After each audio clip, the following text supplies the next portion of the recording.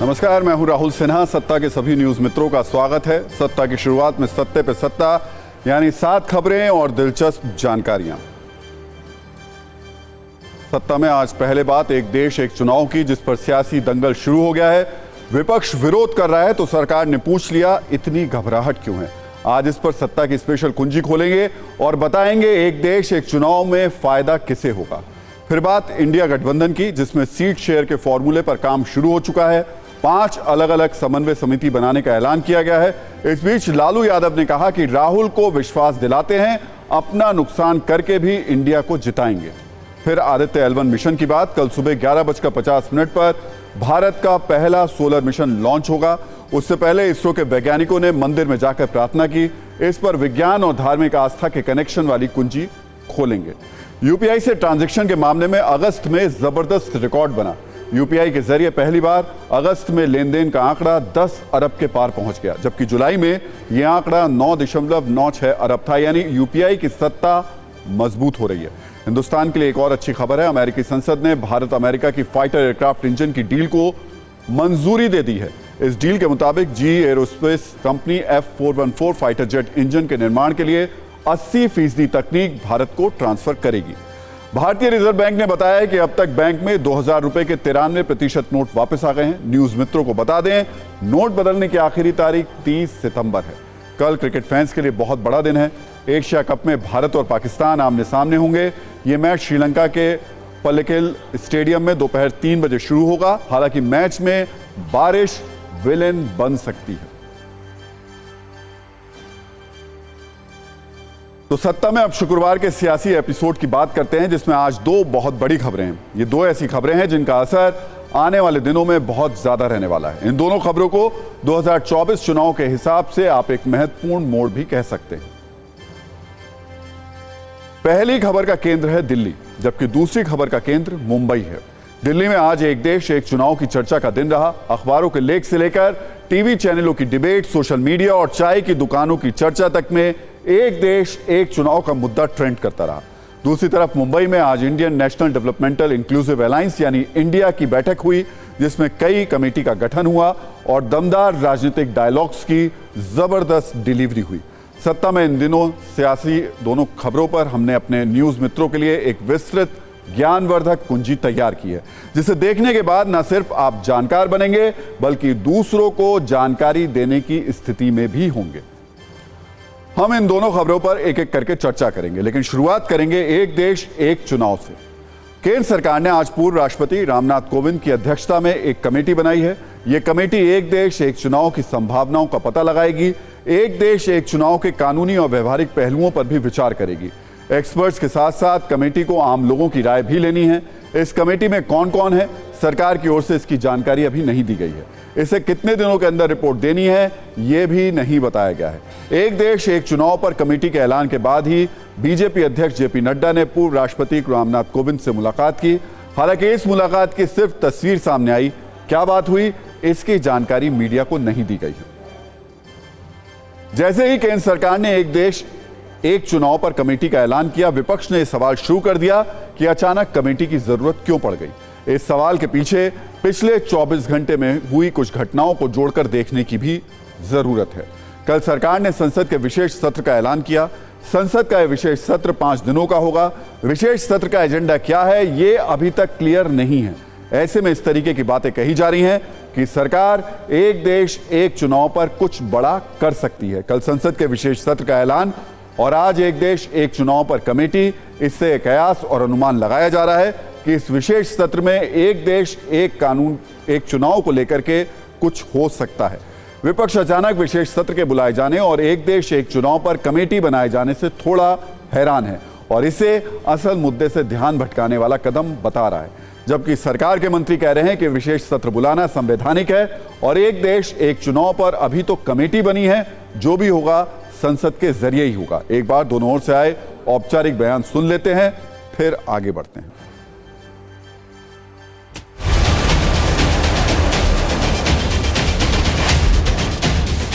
Democracy Bharat में एक evolution है। अभी नया नया जो विषय आता है देश के हित में, उसका तो चर्चा तो करना चाहिए। कल से ही हो जाएगा, ऐसे तो हमने थोड़ी कहा है। ये लोग बौखला गए हैं, डर है, उनके मन में डर है, इसलिए दर दिन एक नया नया फंडा लेकर आते हैं। इस पर भी बाकायदा डिस्कशन होना चाहिए। गवर्नमेंट निर्णय ले चुकी है और केवल संसद का सेशन बुला के उस पर ठप्पा लगाने की बात कर रही, तो बात दूसरी। विपक्ष को जो वो कहे वही लोकतंत्र है, और जो वो ना कहे वो लोकतंत्र नहीं है। मोदी जी की घबराहट साफ तौर पे दिखाई पड़ रही। 3 राज्यों के चुनाव बीजेपी हारने जा रही है, जिससे ये वन नेशन वन इलेक्शन की बात कर रहे हैं।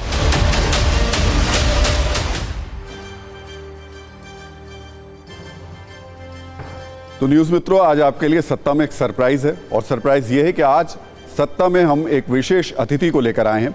असदुद्दीन ओवैसी साहब AIM के प्रमुख हैं। और ओवैसी साहब, पहले तो आपका बहुत बहुत स्वागत है हमारे साथ जुड़ने के लिए। लेकिन इस इंटरव्यू की शुरुआत करें सत्ता में, उससे पहले मैं आपसे कुछ ज़रूर कहना चाहूँगा कि आपने अब तक बहुत सारे इंटरव्यूज़ दिए होंगे, अखबारों में दिए होंगे, टेलीविज़न में दिए होंगे, पर ये इंटरव्यू थोड़ा अलग किस्म का है, दूजा किस्म का है। वो थोड़ा जब आगे बढ़ेंगे तब आप देखेंगे, शायद उसमें आप महसूस भी करें। पहले तो शुरुआत कुछ रैपिड फायर सवालों के साथ कर रहे हैं हम लोग। सत्ता के 7 रैपिड फायर सवाल हैं, और उसमें आपसे मैं सीधे सिंपल हाँ या ना, सही या गलत में सवाल पूछूंगा, और उसके बाद विस्तार से आपको सत्ता की वर्कशॉप में लेकर चलूंगा। वो भी घुमाऊंगा आपको कि हमारी सत्ता की वर्कशॉप क्या है, और उस पर थोड़ी विस्तृत चर्चा होगी वहाँ पे। पहला सवाल मेरा आपसे रैपिड फायर, जो हमारे सत्ता के 7 सवाल हैं, उसमें यही है कि एक देश एक चुनाव, क्या ये सही है या फिर गलत है?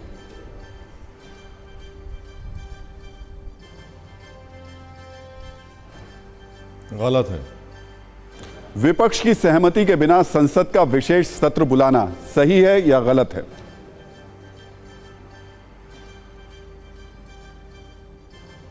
इंडिया की बैठक में ओवैसी को ना बुलाना। संसद को बुलाना ये सरकार का राइट है जी। मेरा तीसरा मुझे सवाल उसकी है, कोई परवाह नहीं है। मेरी तीसरा सवाल, इंडिया की बैठक में ओवैसी को ना बुलाना सही है या गलत है?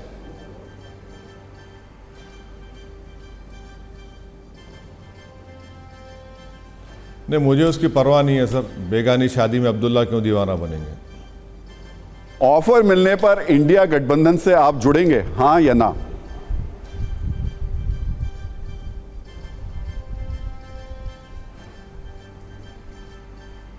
मुझे अपनी ज़िंदगी का भरोसा नहीं है, कल क्या होगा, सुबह तक मैं ज़िंदा रहूँगा या आप ज़िंदा रहेंगे, तो ये सवाल का जवाब देना सबके लिए मुश्किल है सर।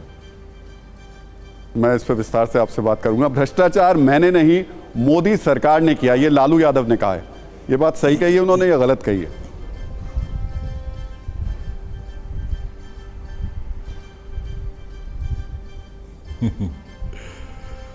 अब ऐसा है ना कि भ्रष्टाचार एक होता है पैसे का, एक होता है पॉलिटिकल, एक होता है इंटेलेक्चुअल। तो अब इसमें बहुत लंबी बहस हो जाएगी, तो इसके ताल्लुक से कहूँगा कि अगर मेरी नज़र में देखा जाए तो दोनों करप्ट हैं, पॉलिटिकली भी, इंटेलेक्चुअली भी। छठा सवाल, राहुल के आगे बढ़ाने से विपक्ष को फायदा होगा, आप सहमत हैं, हाँ या फिर ना?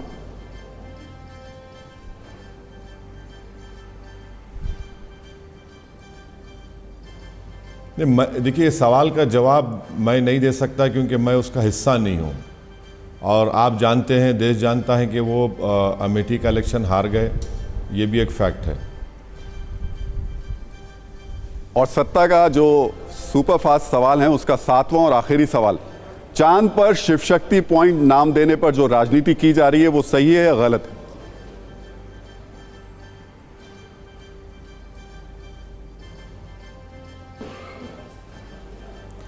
नहीं, देखिए, क्रेडिट जाता है प्रधानमंत्री को, क्रेडिट नहीं जाता है, क्रेडिट जाता है इसरो के साइंटिस्ट को।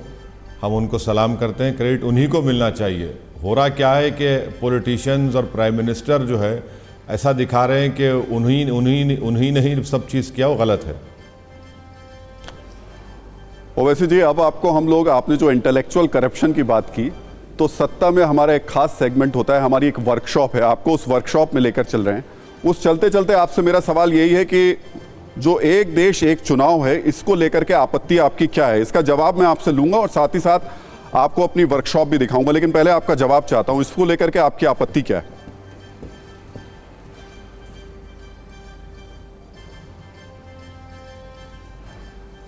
देखिए, पहले तो आपको 27 जुलाई 2023 में राज्यसभा में जो मोदी सरकार ने एक सवाल का जवाब दिया था वन नेशन वन इलेक्शन के सिलसिले में, उसमें उस जवाब में आपको सिर्फ 2-3 बातें बता देता हूं तो आपको ये बात समझ में आ जाएगी।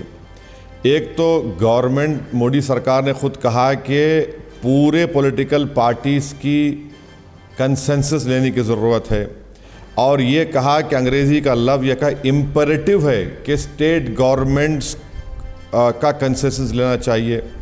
और तीसरा उसमें कहा गया कि ईवीएम्स और वीवीपैट्स के लिए हज़ारों करोड़ की ज़रूरत पड़ेगी। हज़ारों करोड़, अब हज़ारों करोड़ कहाँ से आएंगे? देश के प्रधानमंत्री यकीनन ज़बान के जादूगर ज़रूर हैं, मगर वो तो जादू से पैसा तो नहीं निकाल सकते।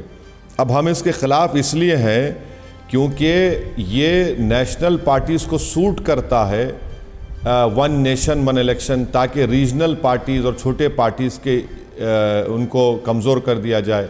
और सबसे अहम बात यह है कि भारत के संविधान में फेडरलिज्म और पार्लियामेंट्री डेमोक्रेसी बेसिक स्ट्रक्चर का हिस्सा है। ये वन नेशन वन इलेक्शन उसके ख़िलाफ़ जाएगा। आप एक्सपीडियंसी के नाम पर या पैसे कम करने के नाम पर तो आप बेसिक स्ट्रक्चर को हाथ नहीं लगा सकते। इसीलिए हम इसके ख़िलाफ़ हैं और हमारी पार्टी ने लॉ कमीशन को ये लिखकर भी दिया था कि हम वन नेशन वन इलेक्शन के ख़िलाफ़ हैं। ओवैसी जी, अगर आप इस वक्त TV9 भारतवर्ष को इस स्क्रीन को देख पा रहे हैं तो हम एक सत्ता की वर्कशॉप है हमारी ये, और सत्ता की वर्कशॉप ये असल में उन लोगों के लिए तैयार की गई है जो वैचारिक तौर पर, जो आपने इंटेलेक्चुअल करप्शन की बात की, जो वैचारिक भ्रष्टाचार करते हैं, और हम इस वर्कशॉप में उनकी वैचारिक मरम्मत करते हैं, थोड़े पेच कसते हैं उनके। हालांकि हमारी इस वर्कशॉप में देखिए हमारे पास पेचकस भी है, हमारे पास ये प्लास भी है, ये सब हमने लगा के रखा हुआ है, लेकिन ये सारी चीज़ें जो होती हैं वो प्रतीकात्मक तौर पर हैं। एक्चुअली असल में हम लोग अपने तर्कों के, अपने शब्दों से, अपने विचारों से उनकी वैचारिक मरम्मत करते हैं। तो कभी कभी खुद करते हैं और कभी कभी किसी के सहयोग की ज़रूरत पड़ती है। तो आज आपके सहयोग से जो इंटेलेक्चुअल करप्शन वाले लोग हैं उनकी थोड़ी मरम्मत और पेच कसना चाहेंगे। सवाल मेरा आपसे यही है कि आप जब ये बात कह रहे हैं कि इससे रीजनल पार्टीज़ को नुकसान होगा, लेकिन इससे देश को एक बड़ा फ़ायदा भी तो होगा, वो आर्थिक तौर पर होगा। हर चुनाव में गाए बगाए 2 महीने 3 महीने 6 महीने में जो नुकसान होता है देश का, टैक्स पेयर्स का, हर इलेक्शंस में वो बचेगा। इसके अलावा हमारी फोर्सेस अमूमन हर इलेक्शंस में जा करके इन्हीं कामों में लगी रहती है, सिक्योरिटी उससे कॉम्प्रोमाइज़ होती है, वो बचेगी।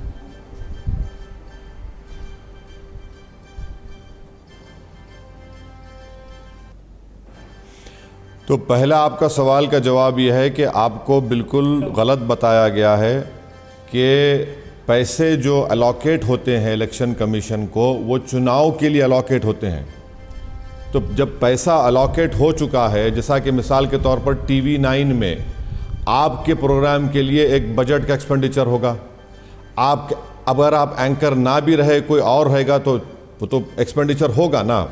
ऐसा तो नहीं हो सकता कि भाई आपके प्रोग्राम को वो ख़त्म कर देंगे तो अलग बात है, पैसे बच जाएंगे, मगर पैसा तो अलोकेट हो गया। हेमंत साहब ने आपके प्रोग्राम के लिए पैसे अलोकेट कर दिए, तो इसमें नुकसान कैसा हो रहा है TV9 का?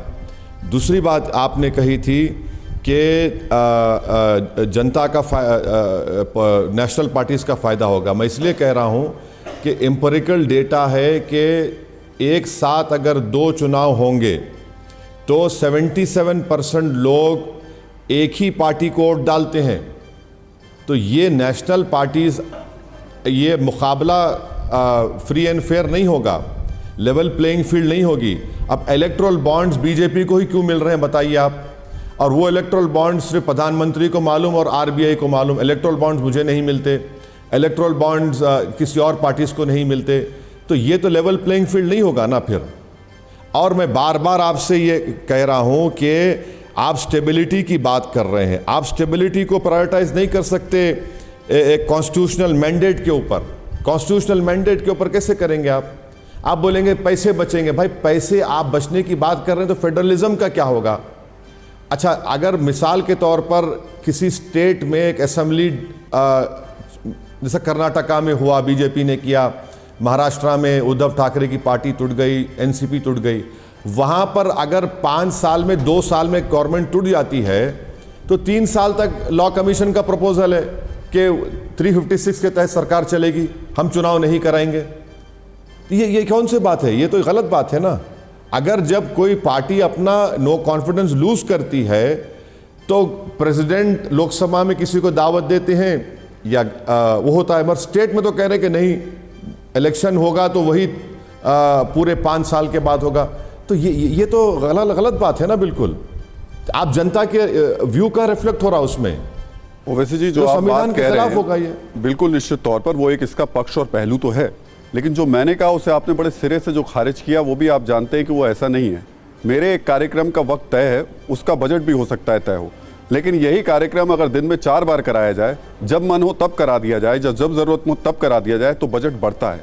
यही स्थिति चुनाव की होती है। कभी कोई किसी से हाथ मिलाता है, कभी कोई खींच लेता है, वहां चुनाव हो जाते हैं। हमारे देश के नेताओं की और सियासत की स्थिति आप जानते हैं। एक मिनट, इनका नाम क्या, एंकर का? एक मिनट, राहुल साहब, आपका प्रोग्राम का तो बजट अलॉकेट है, दूसरे एंकर का भी बजट अलॉकेट है। अब राहुल साहब ये बोल रहे हैं कि भाई किसी का प्रोग्राम नहीं चलेगा टीवी 9 में, सिर्फ मेरा ही चलेगा। तो भैया हेमंत साहब ने तो सबका बजट अलॉकेट कर दिया ना, हर एंकर का। अब जैसा कि आप हर प्रोग्राम करते हैं, तो इलेक्शन कमीशन को हम बजट दे चुके हैं, टैक्सपेयर का पैसा ही दे रहे हैं। बजट तो और एक बात याद रखिए, जितने चुनाव होंगे पैसा बचेगा नहीं बचेगा, मुझे ये बताइए। नहीं, सुनिए, बजट नहीं बचेगा, पैसा नहीं बचेगा। बजट उतना ही 5 साल में एक बार सब एक साथ चुनाव हो जाएंगे, या 5 साल में 50 चुनाव होंगे, पैसा नहीं बचेगा। आपने नहीं बचेगा। बता रहा हूं, सुनिए मेरी बात। हमने बजट इलेक्शन कमीशन को दिया पूरे चुनाव कराने के लिए, और ये जरूरी इसलिए है क्योंकि फेडरलिज्म में पार्लियामेंट्री डेमोक्रेसी भारत के बेसिक संविधान का बेसिक स्ट्रक्चर का हिस्सा है, और चुनाव होंगे तो सरकार काम करेगी ना। वरना 5 साल में एक चुनाव हो जाएगा तो पलट कर नहीं पूछेगा कोई गरीब को।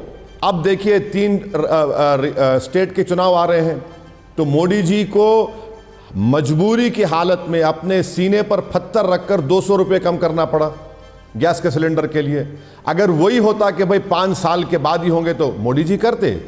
नहीं करते, बिल्कुल नहीं करते। तो इसमें जनता का ही फायदा है। मॉडल कोड ऑफ कंडक्ट आपको रोकता नहीं है डेवलपमेंट एक्टिविटीज करने के लिए। पैसा कहां खर्चा हो रहा है बता रहा हूं मैं आपको। पैसा खर्चा हो रहा है कि जो लेवल प्लेइंग फील्ड नहीं है, जो नेशनल पार्टीज के पास बहुत पैसा है, मेरे पास कहां पैसा है? मेरे पास अगर कोई दौलत है तो जबान की है, मगर नेशनल पार्टीज के पास इतना पैसा है कि इलेक्शन कमीशन का जो रिक्वायरमेंट है उससे ट्रिपल वो लोग जाकर अपना पैसा खर्चा करते हैं। उसको कैसे रोकेंगे आप बताइए? वो तो खर्चा करेंगे, चाहे चुनाव 1 बार हो या 2 बार हो, उसका तो कोई नहीं है। उसके लिए करना चाहिए कि first past the post system को बदलिए आप। ये first past the post system ही हमारे देश को ये तमाम तमाशे दिखा रहा है। अब आप जी इस इशू पे मैं आपके साथ बात करता रहूंगा, लेकिन उसके साथ एक दूसरी बड़ी खबर आज की वो बैठक भी है जो कि मुंबई में हुई इंडिया की। मुंबई में इंडिया गठबंधन की जो बैठक चल रही थी उसमें लालू यादव का सबसे ज़्यादा जोर राहुल गांधी को प्रोजेक्ट करने को देखने को मिला। लालू यादव ने कहा कि हम सबका मिलकर के राहुल गांधी को मजबूत करना चाहिए, एकजुट होकर लड़ेंगे। एक बार लालू यादव का हम आपको बयान सुना रहे हैं, फिर मैं आपसे एक सवाल पूछूंगा।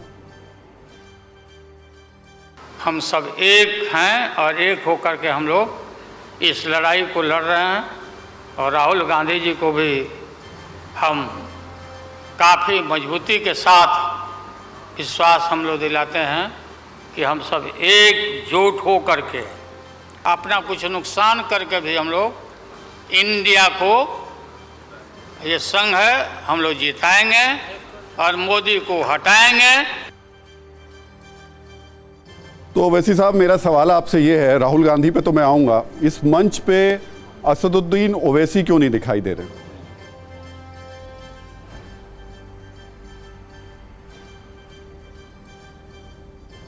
नहीं सर, कोई फ़र्क नहीं पड़ता मुझे। ये मैंने कहा है ना कि ये बड़े बड़े सियासी चौधरियों का एक एलीट क्लब है। अब उस क्लब में हम क्यों जाएंगे? और आप देखिए कि सिर्फ असदुद्दीन ओवैसी वहाँ पर नहीं है, हमारे तेलंगाना के मुख्यमंत्री चंद्रशेखर राव नहीं है, बहुजन समाज पार्टी की नेता बहन मायावती नहीं है, अकालीज नहीं है, कई ट्राइबल्स पार्टियां हैं, गोंडवाना पार्टी है मध्य प्रदेश की, वो नहीं है, बोडो पार्टी आसाम की, वो नहीं है। तो ऐसे कई पॉलिटिकल पार्टीज हैं जो उसमें नहीं है। तो इनमें से कुछ लोगों के नाम जो आपने लिए, आपको चौधरी बनाकर बैठे हैं तो उनको मुबारक हो। इनमें से कुछ लोगों के जो नाम आपने लिए वो ये भी कह रहे हैं कि वो हो सकता है एनडीए की तरफ हो जाएं।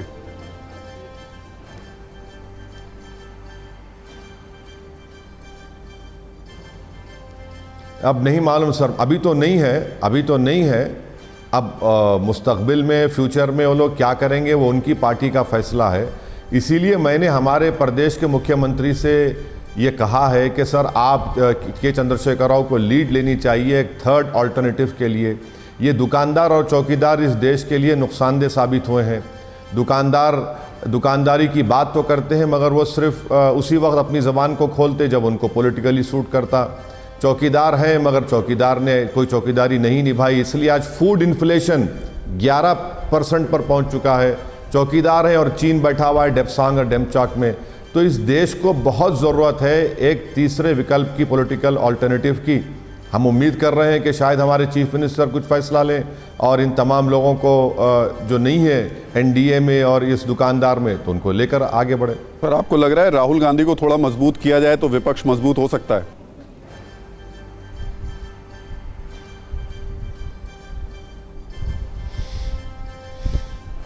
सर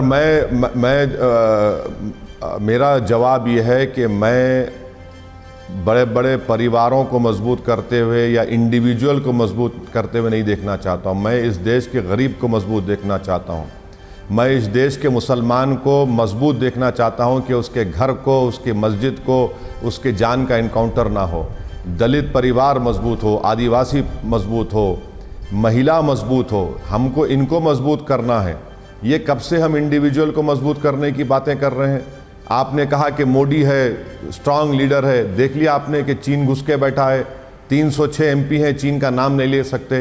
306 एमपी हैं, इन्फ्लेशन 11% पे पहुंच चुका है।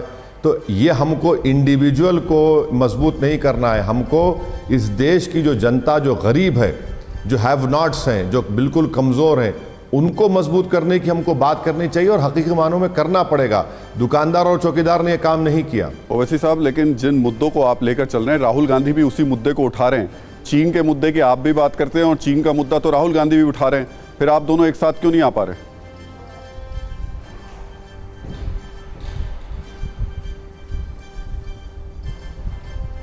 देखिए, जब आप बात कर रहे हैं एक बहुत बड़े परिवार के एक फर्जन की, तो नूह में घर तोड़े गए, उन्होंने कुछ नहीं कहा। कुछ कहा उन्होंने? नूह नहीं कहा। उन्होंने जब जुनैद और नसीर को ज़िंदा जला दिया गया राजस्थान में, कुछ नहीं कहा। जब जुनैद और नसीर के एक्सग्रेशिया की पेमेंट की बात आई, उन्होंने कुछ नहीं कहा। जब एक एक्स एमपी को जो कन्विक्टेड प्रिजनर थे उनकी हत्या कर दी गई, उन्होंने कुछ नहीं कहा। तो ऐसी बहुत सी चीज़ें हैं जहाँ पर वो नहीं बोलते हैं, क्योंकि बदबख्ती हमारी ये है कि हम पूरी पॉलिटिकल लड़ाई जो हो रही है वो हो रही है कि सबसे बड़ा हिंदू सम्राट कौन बनेगा, उसकी लड़ाई हो रही है। इसीलिए आपका सवाल था कि इंडिविजुअल को मजबूत करना चाहिए। हम कह रहे हैं नहीं, इंडिविजुअल को नहीं, देश के गरीबों की मजबूती को सामने रखिए। जो देश का कमज़ोर और गरीब है वो नेताओं के आंख में मजबूत होना चाहिए, तब इंसाफ होगा। ओवैसी साहब, एक तरफ अगर आप कह रहे हैं हिंदू सम्राट बनने की लड़ाई हो रही है, तो मुस्लिम सम्राट बनने की लड़ाई आप भी तो लड़ रहे हैं।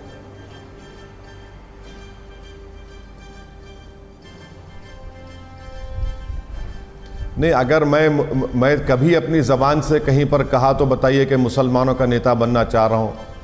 आपके पास तो पूरी टीम है। मेरी ना कभी ये कोशिश थी, ना है, ना कभी रहेगी। मैं यही कह रहा हूँ कि जो कमज़ोर है वो नेताओं के नज़रों में कमज़ोर नहीं है।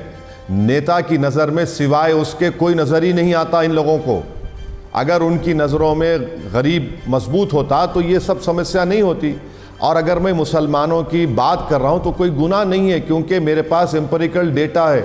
कभी प्रोग्राम करवा लीजिए, मैं बता दूंगा कि कितनी गरीबी, कितना डिस्क्रिमिनेशन, सिस्टमिक डिस्क्रिमिनेशन होता है।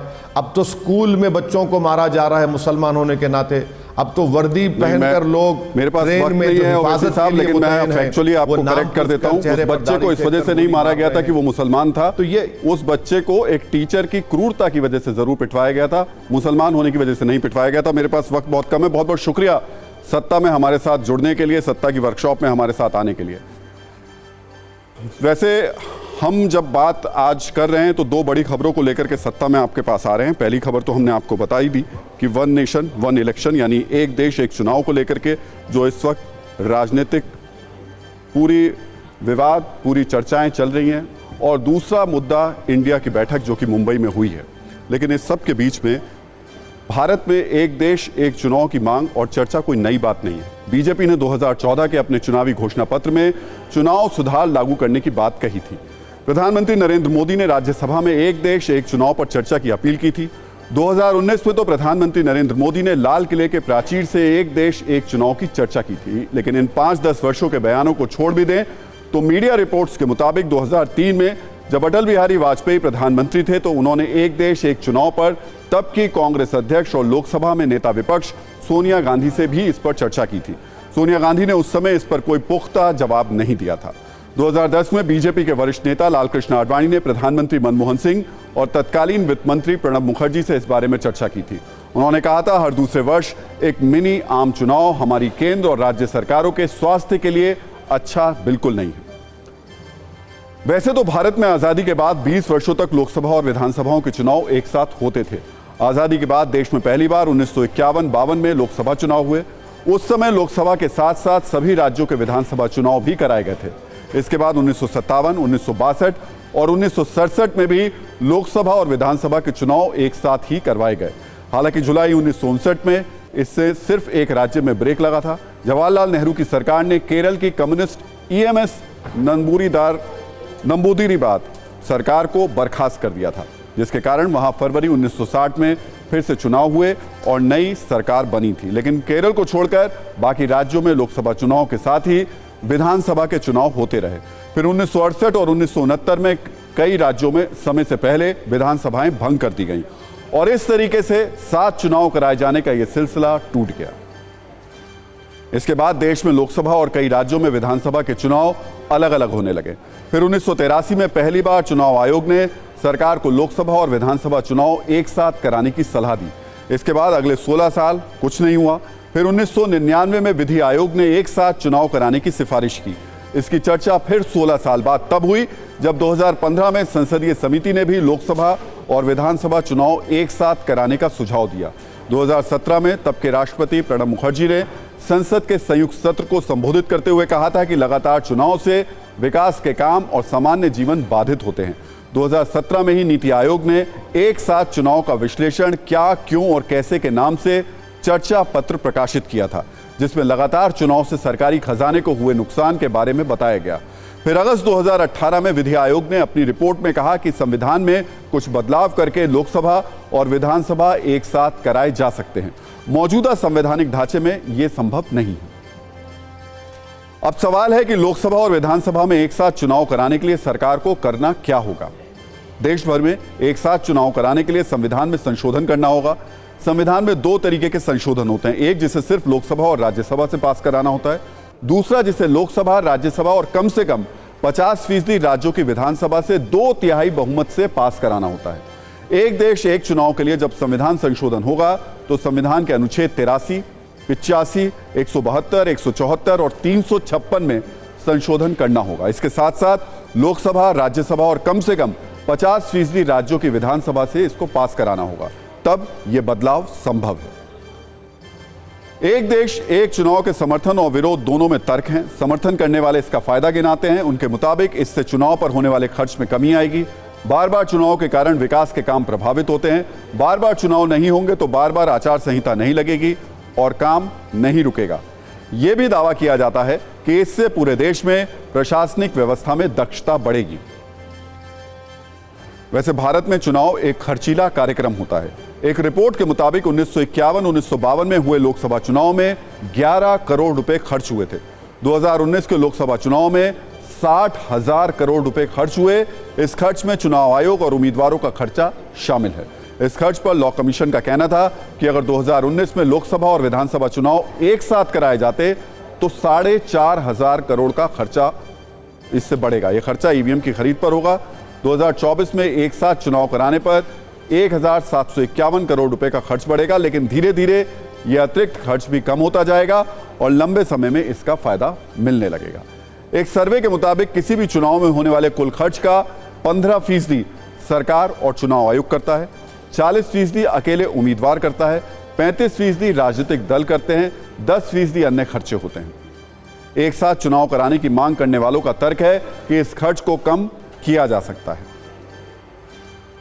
वैसे भारत में मुख्य रूप से 4 तरीके के चुनाव होते हैं, जिसमें लोकसभा चुनाव सबसे लंबा वक्त लेता है। पिछले 2 चुनाव को देखें तो करीब 3-4 महीने ना तो केंद्र सरकार कोई काम कर पाती है ना राज्य सरकार, क्योंकि उस दौरान नीतिगत फैसले लेने पर पाबंदी होती है। दूसरा मुख्य चुनाव विधानसभा चुनाव है। राज्यों में जब विधानसभा चुनाव होता है तो आचार संहिता होती है, कम से कम इसमें भी 1-1.5 महीने का जो काम होता है वो प्रभावित रहता है। इसके अलावा नगर निकाय और पंचायत चुनाव होते हैं, इसमें भी करीब महीने भर तक आचार संहिता होती है। इसके अलावा अलग अलग चुनाव होने से बार बार चुनावों की ड्यूटी लगती है, स्कूल बंद होते हैं, कई व्यवस्थाओं पर भी असर पड़ता है। वैसे एक वर्ग ऐसा भी है जो ये मानता है कि एक साथ चुनाव कराना सही नहीं है। राष्ट्रीय स्तर पर देश और राज्य के मुद्दे अलग अलग होते हैं। एक साथ चुनाव हुए तो वोटर्स के फैसले पर असर पड़ने की संभावना है।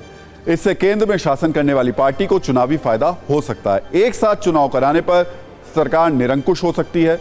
चुनाव 5 साल में एक बार होंगे तो जनता के प्रति सरकार की जवाबदेही कम हो जाएगी। अभी की स्थिति में लोकसभा चुनाव जीतने वाली पार्टियों को डर होता है कि अच्छे से काम नहीं करेंगे तो विधानसभा में दिक्कत होगी। बार बार चुनाव होने पर सरकार जनभावना की अनदेखी नहीं कर पाती है। बार बार चुनाव से नेताओं को जनता के बीच जाना होता है और जवाब भी देना होता है। एक साथ चुनाव कराने में एक दिक्कत यह भी है कि अगर लोकसभा 5 साल से पहले ही भंग कर दी गई तो क्या होगा, क्योंकि अभी तक लोकसभा 6 बार 5 साल से पहले भंग की गई है, जबकि एक बार इसका कार्यकाल 10 महीने के लिए बढ़ा था। ऐसी स्थिति में क्या होगा, कैसे टाइमिंग को मैच किया जाएगा, ये भी बड़ा सवाल है। इसलिए कई एक्सपर्ट्स ये मानते हैं कि एक साथ चुनाव का आइडिया सही नहीं है।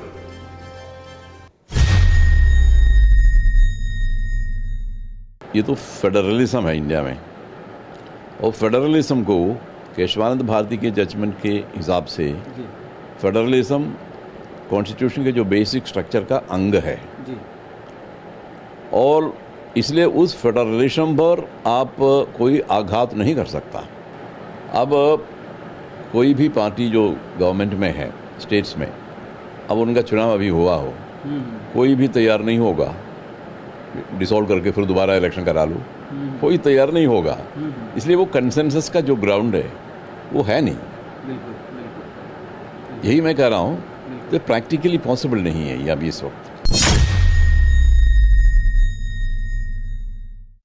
अभी भविष्य में क्या होगा इसके बारे में हम नहीं कह सकते, लेकिन बीच में कोई गवर्नमेंट गिर जाती है, असेंबली को भंग करना पड़ता है, तो उसमें फिर दिक्कत आएगी कि कब तक वो वेट करेंगे पार्लियामेंट इलेक्शन तक, है ना। और पार्लियामेंट में कोई अस्थिरता आएगी, उस वक्त क्या करेंगे, तो फिर 6 महीने के अंदर तो पार्लियामेंट में इलेक्शन करवाना पड़ेगा जी। तो फिर ये सारी चीज़ें चौपट हो जाएंगी। ओह, तो देखिए सत्ता में आज का टाइम खत्म हो गया, लेकिन सभी न्यूज़ मित्रों से हमारी न्यूज़ रिक्वेस्ट है कि वो सत्ता की न्यूज़ रील्स को ज़्यादा से ज़्यादा शेयर करें और अपने सुझाव हमें व्हाट्सएप ज़रूर करें।